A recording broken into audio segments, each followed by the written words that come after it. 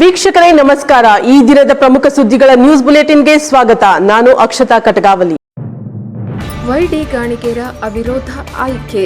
ಸದಾ ಹಸನ್ಮುಖಿಯಾದ ವೈಡಿ ಗಾಣಿಗೇರ ಕರ್ನಾಟಕ ರಾಜ್ಯ ಪ್ರಾಥಮಿಕ ಶಾಲಾ ಶಿಕ್ಷಕರ ಸಂಘದ ರೋಣ ತಾಲೂಕು ಘಟಕದ 2026-27ನೇ ಅವಧಿಗೆ ನೂತನ ಪದಾಧಿಕಾರಿಗಳ ಆಯ್ಕೆಗಾಗಿ ನಡೆದ ಚುನಾವಣೆಯಲ್ಲಿ ಅಧ್ಯಕ್ಷರಾಗಿ ವೈಡಿ ಗಾಣಿಗೇರ ಅವರು 4ನೇ ಬಾರಿಗೆ ಅವಿರೋಧವಾಗಿ ಆಯ್ಕೆಯಾಗಿದ್ದಾರೆ. ಉಪಾಧ್ಯಕ್ಷರಾಗಿ ಬಿಡಿ ದೊಡ್ಡಮನಿ, ಶ್ರೀಮತಿ ಎನ್ಎನ್ ಖ್ಯಾತನಗೌಡರ್, ಖಜಾಂಚಿಯಾಗಿ ಡಿಎನ್ ಗೂಡೂರು, ಪ್ರಧಾನ ಕಾರ್ಯದರ್ಶಿಯಾಗಿ ಎಂಜಿ ತೋನಾಶಾಳ ಹಾಗೂ ಕಾರ್ಯಕಾರಿ ಮಂಡಳಿ ಸದಸ್ಯರಾಗಿ ಬಿಡಿ ದೊಡ್ಡಮನಿ, ಪಿಎಚ್ ವಾಲ್ಮೀಕಿ, ಶ್ರೀಮತಿ ಬಿಎನ್ ಖ್ಯಾತನಗೌಡರ್ ಆಯ್ಕೆಯಾಗಿದ್ದಾರೆ ಎಂದು ಮುಖ್ಯ ಚುನಾವಣಾ ಅಧಿಕಾರಿ ರಮಾಕಾಂತ್ ಕಮತಗಿ ಮಾಹಿತಿ ನೀಡಿದ್ದಾರೆ. ನೂತನ ಅಧ್ಯಕ್ಷರಾದ ವೈಡಿ ಗಾಣಿಗೇರ ಮಾತನಾಡಿ, ರೋಣ ತಾಲೂಕು ಶೈಕ್ಷಣಿಕವಾಗಿ ಉತ್ತಮ ಮಟ್ಟದಲ್ಲಿದೆ. ಇದಕ್ಕೆ ಇಲ್ಲಿಯ ಶಿಕ್ಷಕರು ಮತ್ತು ಶಿಕ್ಷಕರ ಸಂಘಟನೆಯ ಪದಾಧಿಕಾರಿಗಳು ಕಾರಣರಾಗಿದ್ದಾರೆ. ಪ್ರಗತಿಪರ ಶಿಕ್ಷಕರು ಮುಂಬರುವ ದಿನಗಳಲ್ಲಿ ಇದೇ ರೀತಿಯಲ್ಲಿ ನಮ್ಮ ತಾಲೂಕು ಶೈಕ್ಷಣಿಕವಾಗಿ ಅಭಿವೃದ್ಧಿ ಪಥದಲ್ಲಿ ಸಾಗುವತ್ತ ಪ್ರಾಮಾಣಿಕವಾಗಿ ಸೇವೆ ಸಲ್ಲಿಸಿ ನಿಮ್ಮ ಜೊತೆ ಸದಾ ನಾವು ಇರುತ್ತೇವೆ ಎಂದು ಶಿಕ್ಷಕರಿಗೆ ಕರೆ ನೀಡಿದರು. ವರದಿ ರುದ್ರಪ್ಪ ಹೆಬ್ಬಳ್ಳಿ, ಎನ್ಕೆಎಸ್ ಟಿವಿ4 ರೋಣ. ಭಕ್ತರ ಸಾಗರದಲ್ಲಿ ತೇಲಿದ ಕುಕ್ಕೆ ಸುಬ್ರಹ್ಮಣ್ಯ. ಜಾತ್ರೆಯ ಸಂಭ್ರಮ, ಸೇವೆಗಳಲ್ಲಿ ಭಾರೀ ಏರಿಕೆ. ರಾಜ್ಯದ ಪ್ರಸಿದ್ಧ ಧಾರ್ಮಿಕ ಕ್ಷೇತ್ರವಾದ ಕುಕ್ಕೆ ಸುಬ್ರಹ್ಮಣ್ಯದಲ್ಲಿ ಭಾನುವಾರ ಭಕ್ತರ ಮಹಾಪೂರವೇ ಹರಿದು ಬಂದಿದ್ದು, ಸುಮಾರು 40,000ಕ್ಕೂ ಅಧಿಕ ಭಕ್ತರ ಆಗಮನವಾಗಿದೆ. ಸಂಪೂರ್ಣ ದೇವಾಲಯದ ಪರಿಸರ ಜಾತ್ರೆಯ ಸಂಭ್ರಮವನ್ನು ನೆನಪಿಸುವಂತಿತ್ತು. ದೇವಸ್ಥಾನದ ಒಳಾಂಗಣ, ಹೊರಾಂಗಣ, ರಥಬೀದಿ ಸೇರಿದಂತೆ ಎಲ್ಲೆಡೆ ಭಕ್ತರಿಂದ ತುಂಬಿ ತುಳುಕಿದ ದೃಶ್ಯಗಳು ಕಂಡುಬಂದವು. ದೇವರ ದರ್ಶನಕ್ಕಾಗಿ ಗೋಪುರದವರೆಗೂ ಉದ್ದ ಸಾಲಿನಲ್ಲಿ ನಿಂತ ಭಕ್ತರು ಗಂಟೆಗಳ ಕಾಲ ಕಾದು ನಿಂತಿರುವುದು ವಿಶೇಷವಾಗಿತ್ತು. ಶಾಲಾ ಕಾಲೇಜುಗಳ ರಜೆ ಅವಧಿ ಮುಕ್ತಾಯವಾಗುತ್ತಿರುವ ಹಾಗೂ ವಾರಾಂತ್ಯದ ಹಿನ್ನೆಲೆಯಲ್ಲಿ ರಾಜ್ಯದ ವಿವಿಧ ಭಾಗಗಳಿಂದ ಸಾವಿರಾರು ಭಕ್ತರು ಕ್ಷೇತ್ರಕ್ಕೆ ಆಗಮಿಸಿದ್ದು, ಕಳೆದೊಂದು ತಿಂಗಳಿನಿಂದಲೂ ಕುಕ್ಕೆ ಸುಬ್ರಹ್ಮಣ್ಯದಲ್ಲಿ ಭಕ್ತರ ಸಂಖ್ಯೆ ದಿನೇ ದಿನೇ ಹೆಚ್ಚುತ್ತಿರುವುದು ಕಂಡುಬರುತ್ತಿದೆ. ಭಕ್ತರ ನಿಯಂತ್ರಣಕ್ಕಾಗಿ ದೇವಸ್ಥಾನದ ಸಿಬ್ಬಂದಿಗಳು ಕೈಯಲ್ಲಿ ಮೆಗಾಫೋನ್ ಹಿಡಿದು ವ್ಯವಸ್ಥಿತವಾಗಿ ಜನಸಂದಣಿ ನಿಯಂತ್ರಿಸುವ ಕಾರ್ಯದಲ್ಲಿ ತೊಡಗಿಸಿಕೊಂಡಿದ್ದರು. ಉಪಹಾರಕ್ಕಾಗಿ ಹೋಟೆಲ್ಗಳ ಮುಂದೆ ಉದ್ದ ಸಾಲು.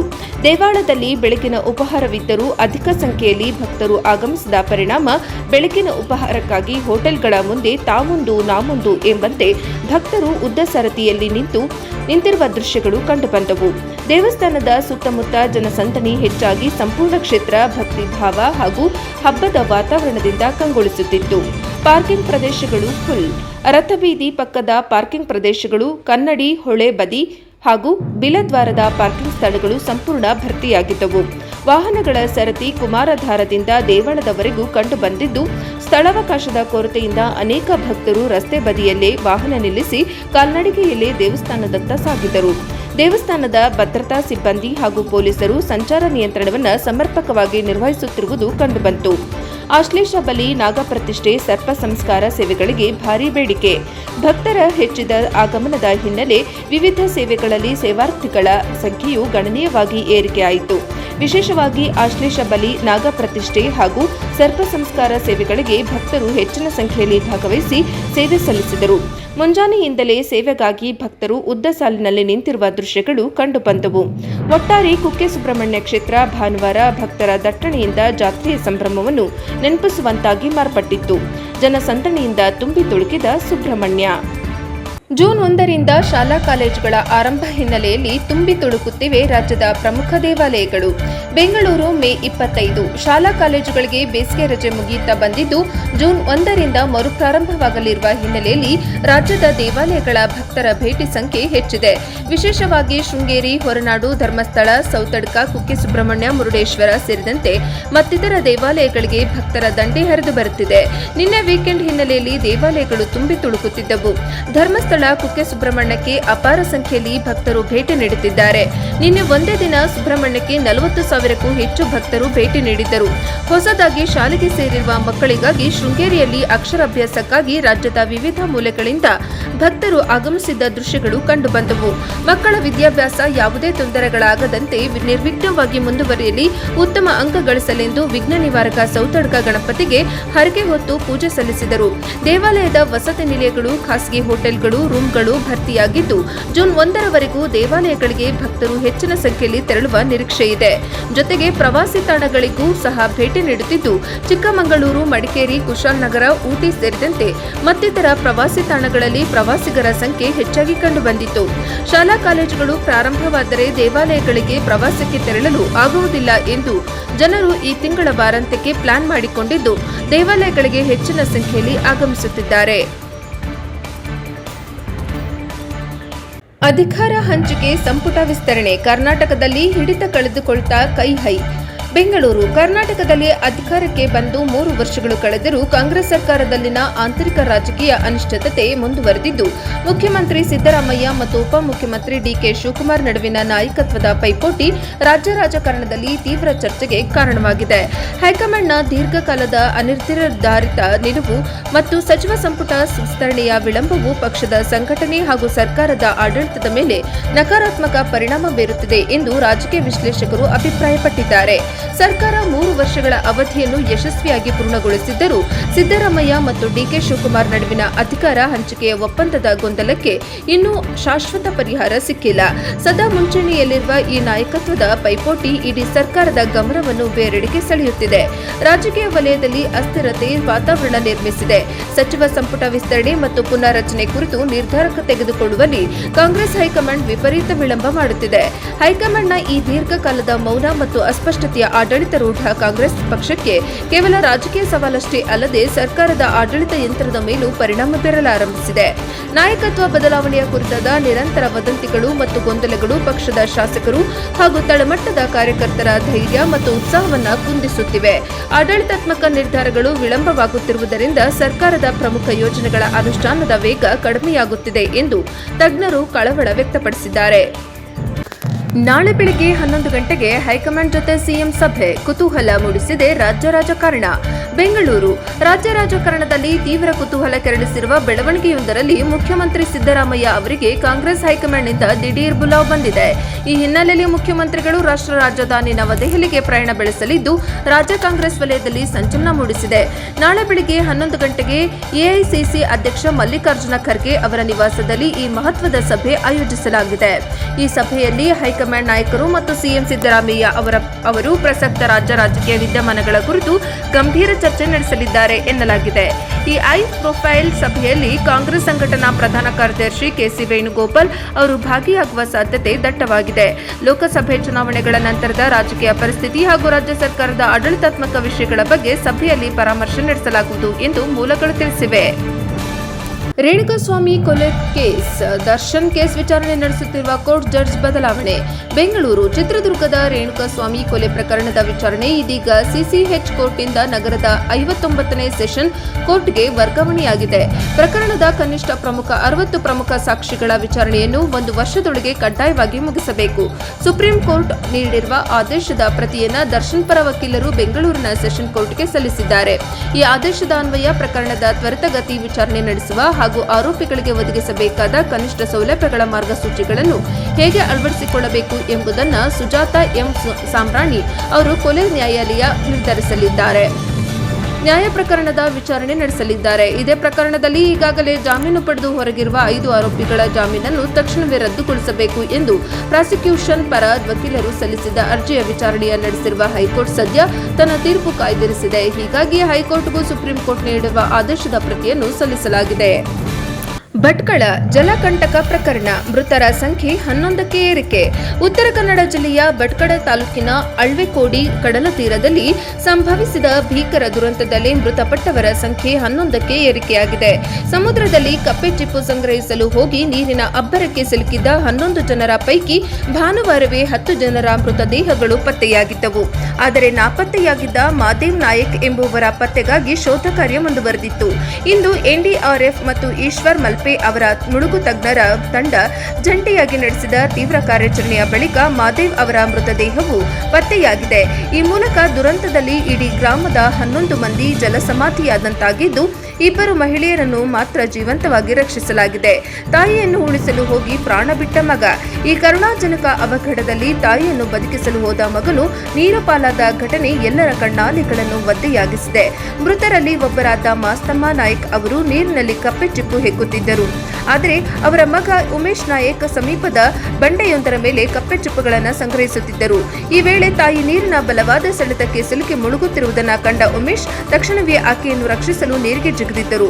ಆದರೆ ತಾಯಿ ಕೊಂಚ ದಪ್ಪಗಿದ್ದ ಕಾರಣ ನೀರಿನ ಅಬ್ಬರದ ನಡುವೆ ಅವರನ್ನು ದಡಕ್ಕೆ ಎಳೆದುಕೊಂಡು ಬರಲು ಉಮೇಶ್ಗೆ ಸಾಧ್ಯವಾಗಲಿಲ್ಲ. ಕೊನೆಗೆ ತಾಯಿಯನ್ನು ಕಳೆದುಕೊಂಡು ತಾನು ಮೇಲಕ್ಕೆ ಬರಲು ಯತ್ನಿಸುವಾಗ ನೀರಿನಲ್ಲಿ ಮುಳುಗುತ್ತಿದ್ದ ಇನ್ನಿಬ್ಬರು ಮಹಿಳೆಯರು ರಕ್ಷಣೆಗಾಗಿ ಉಮೇಶ್ ಅವರ ಕಾಲನ್ನು ಗಟ್ಟಿಯಾಗಿ ಹಿಡಿದು ಎಳೆದಿದ್ದಾರೆ. ಹೀಗಾಗಿ ಭಾರ ತಡೆಯಲಾಗದೆ ಉಮೇಶ್ ಕೂಡ ನೀರಿನಲ್ಲಿ ಮುಳುಗಿ ಮೃತಪಟ್ಟಿದ್ದಾರೆ ಎಂದು ಪ್ರತ್ಯಕ್ಷದರ್ಶಿ ಮಂಜುನಾಥ್ ನಾಯಕ್ ತಿಳಿಸಿದ್ದಾರೆ.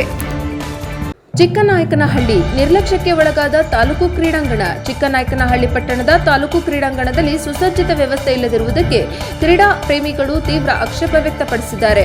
ತಾಲೂಕಿನ ಕ್ರೀಡಾಪಟುಗಳು ಹಾಗೂ ಕ್ರೀಡಾ ಆಸಕ್ತರು ತಮ್ಮ ಪ್ರತಿಭೆ ಅನಾವರಣಗೊಳಿಸಲು ಇರುವ ಏಕೈಕ ಕ್ರೀಡಾಂಗಣ ಸೌಕರ್ಯಗಳಿಲ್ಲದ ಸಂಪೂರ್ಣವಾಗಿ ನಲಗಿ ಹೋಗಿದೆ.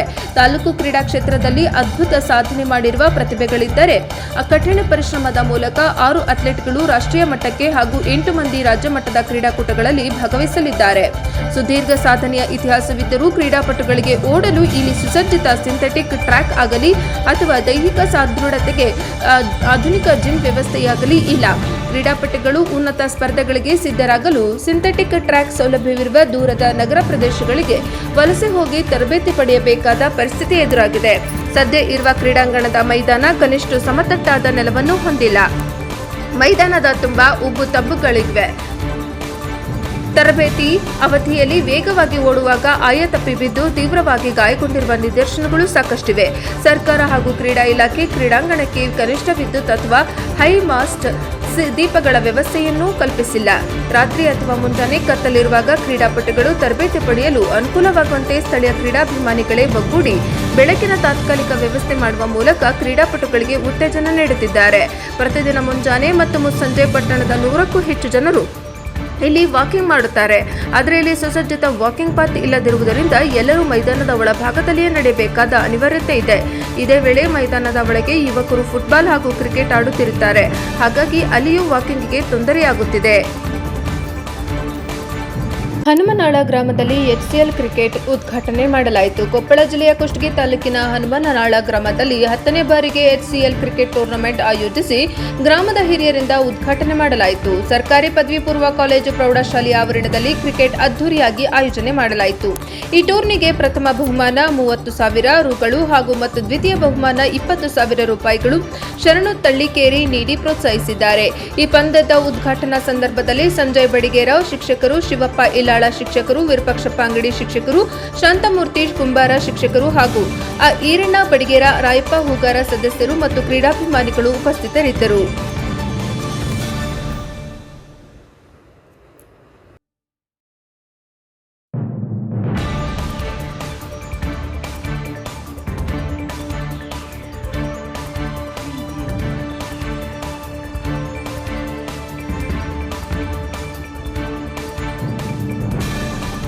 ಬೆಳೆಸೋದಕ್ಕಾಗಿರೋದು ನಿಮಗೆ ನಾವು ಸಂಪೂರ್ಣ ಸಪೋರ್ಟಿವ್ ಆಗಿದ್ದೀವಿ. ಆರಾಮಾಗಿ ಸಂತೋಷದಿಂದ ಖುಷಿಯಿಂದ ಆಟ ಆಡಿ ಗೆಲುವು ಯಾರದೇ ಇರಲಿ, ಒಟ್ಟು ಇದರಲ್ಲಿ ಯಾವುದೂ ಮನಸ್ತಾಪ ಆಗದಂತೆ ಚೆಂದಾಗಿ ಆಟ ಆಡಿ ಯಶಸ್ವಿ ಆಗಲಿ. ನಿಮ್ಮ ಆಟ ನಿಮ್ಮ ಸಮಯದೊಳಗಾಗಿ ಮುಗಿಲಿ. ವಿದಿನ್ 29 ಅದರೊಳಗೆ ಮುಗಿಸಿದ್ರೆ ನಮಗೂ ಸಂತೋಷ. ಎಲ್ಲರಿಗೂ ಒಳ್ಳೆಯದಾಗಲಿ. ಮತ್ತು ನಮ್ಮ ರವಿ ಅವರು NKS TV ರವಿ ಅವರು ಕೂಡ ಭಾಳಷ್ಟು ಸಪೋರ್ಟಿವ್ ಆಗಿ ಇರ್ತಾರೆ. ಎಲ್ಲರೂ ನೀವು ಕೂಡ ಅವ್ರಿಗೆ ಕೆಲಸಕ್ಕೆ ಮತ್ತು ಅವರಿಗೆ ಸಪೋರ್ಟಿವ್ ಆಗಿರೋಣ ಅಂತಕ್ಕಂಥ ವಿಚಾರವನ್ನು ಹೇಳಿ ಎಲ್ಲರಿಗೂ ಆಲ್ ದ ಬೆಸ್ಟ್.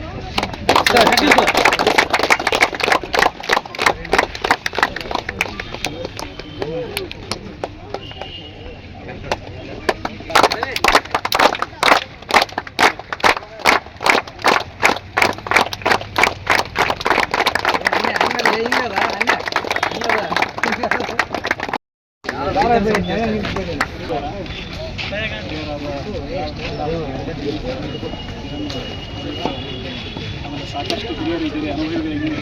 ಇದು 10ನೇ ವರ್ಷ ಅನ್ನೋದು ತುಂಬ ಖುಷಿ ವಿಚಾರ. ಈ 10ನೇ ವರ್ಷದ HCL ಅಮೋಘಪೂರ್ವವಾಗಿ ಯಶಸ್ವಿ ಆಗಲಿ ಅಂತ ಕೇಳ್ಕೊತೀನಿ. ಇಲ್ಲಿ it is A game of gentleman. ನಿಮ್ಗೆ ಗೊತ್ತಿದೆ, ನಾವು ಇಂಟರ್ನ್ಯಾಷನಲ್ ನೋಡ್ತೀವಿ, ಡೊಮೆಸ್ಟಿಕ್ ನೋಡ್ತೀವಿ, ಎಷ್ಟು ಖುಷಿಯಿಂದ ಅನ್ಯೋನ್ಯತೆಯಿಂದ ಅಲ್ಲಿ ಆಡ್ತಿರ್ತಾರೆ. ನೀವೂ ಕೂಡ ಎಲ್ಲರೂ ಫ್ರೆಂಡ್ಸ್, ಒಂದೇ ಓಣಿಯವರು, ಒಂದೇ ಊರವರು. ಹೀಗಾಗಿ ಯಾವುದೇ ರೀತಿಯಾದಂಥ ಒಂದು ಜಗಳಗಳು ಬರ್ದೇ ನೀವು ಅಂದ್ಕೊಂಡ ಡೇಟ್ ಒಳಗನ ಇದು ಮುಗಿಯುತ್ತೆ ಅಂತ ಹೇಳ್ತಾ ನನ್ನ 2 ಮಾತುಗಳನ್ನು ಇವತ್ತಿನ ಕ್ರಿಕೆಟ್ ಪ್ರಾರಂಭದ ಅವಧಿಯಲ್ಲಿ ಉದ್ಘಾಟನೆ ಸಮಾರಂಭಕ್ಕೆ ಆಗಮಿಸಿರ್ತಕ್ಕಂಥ ವಿಜಯ ಬಳಿಗಾರಗಳೇ, ಯುವಮಿತ್ರರಿದ್ದೀರಿ, ಎಲ್ಲರೂ ಭಾಳ ಅಚ್ಚುಕಟ್ಟಾಗಿ ನಮ್ಮ ಗ್ರೌಂಡ್ ಯಾಕೆ ಕೊಟ್ಟಿವಪ್ಪ ಅಂದ್ರೆ ಅಚ್ಚುಕಟ್ಟಾಗಿ ನೋಡ್ಕೊಂಡು ಹೋಗ್ತೀರಂತ ನಾವು ಗ್ರೌಂಡ್ ಕೊಟ್ಟಿವಿ. ನಿಮಗೆ ಭಾಳ ಚಂದ ಆಡಲಿ ಅಂತೇಳಿ ಏನೋ. ಇದಿಷ್ಟು ಈ ದಿನದ ಪ್ರಮುಖ ಸುದ್ದಿಗಳ ನ್ಯೂಸ್ ಬುಲೆಟಿನ್. ನಿರಂತರ ಸುದ್ದಿಗಾಗಿ ನೋಡ್ತಾ ಇರಿ NKS TV 4. ಇದು ನಿರಂತರ ಕಾರ್ಯಪಡೆ.